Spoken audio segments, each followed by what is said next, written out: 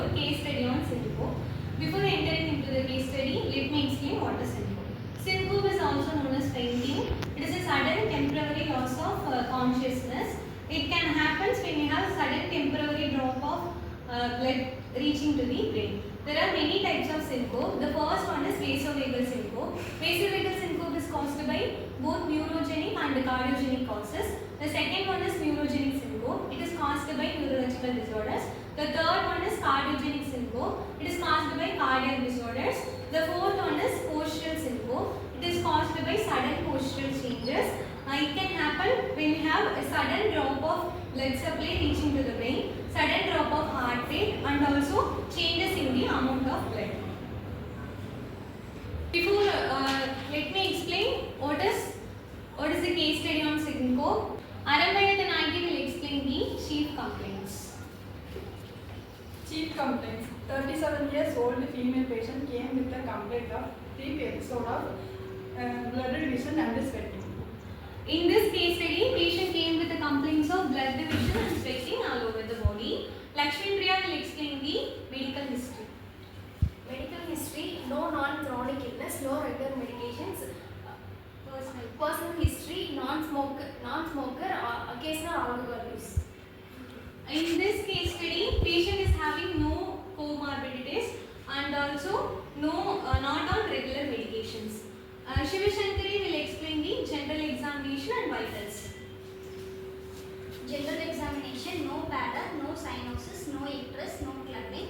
Vitals: BP sitting 110/70 mmHg, standing 160 mmHg, heart rate 78 beats per minute, SpO2 98%, respiratory rate 16 beats per minute. In this patient, general examination, patient is having no complaints, and also in vitals we are checking two types of blood pressure for this patient. The one is sitting, the another one is standing. In sitting, patient is having 110/70 mmHg blood pressure. In standing, 100/60 mmHg blood pressure.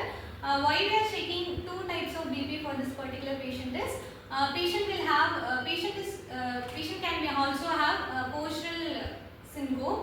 So we are checking two types of blood pressure. In this two types of blood pressure, patient is having a little bit low blood pressure comparing to the normal. In heart rate, respiratory rate and SpO2 is in normal levels. Next, Kalki will explain the systemic examination and also investigations. Cardiovascular system S1, S2 present, no murmur. So this patient is having normal systemic examination in cardiovascular system. So patient will not have cardiogenic syncope. Central nervous system, no focal neurological disorders. For this patient, central nervous system is also normal. So patient will not have a neurogenic syncope. Respiratory system NBPS present. For abdomen, soft VS present, no tenderness. Orthostatic testing, mild drop in BP. In this particular test is orthostatic testing. In this test, the physician will examine the patient heart rate while changing their position from sitting to standing or lying to sitting, like that. So in systemic examination, this patient is having normal systemic examination, no complications or complaints. In investigation, for this patient we are doing blood test, thyroid function test, echo and tilt table test. In tilt table test, the physician will change the patient head position and also examine the blood pressure levels. Pramita will explain the management plans. Management plan: increase fluid intake and salt consumption. Dehydration is also a cause of syncope. So we are instructing the patient to increase the fluid levels and salt consumption. Salt basically contains sodium. Sodium will help to constrict the blood vessels.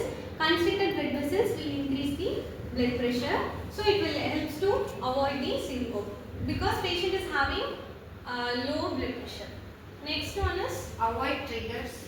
avoid triggers. For this patient, we have to avoid sudden postural changes because sudden postural changes will drop the amount of blood reaching to the brain. So it will also cause syncope. Practice counter pressure maneuvers. In counter pressure maneuvers,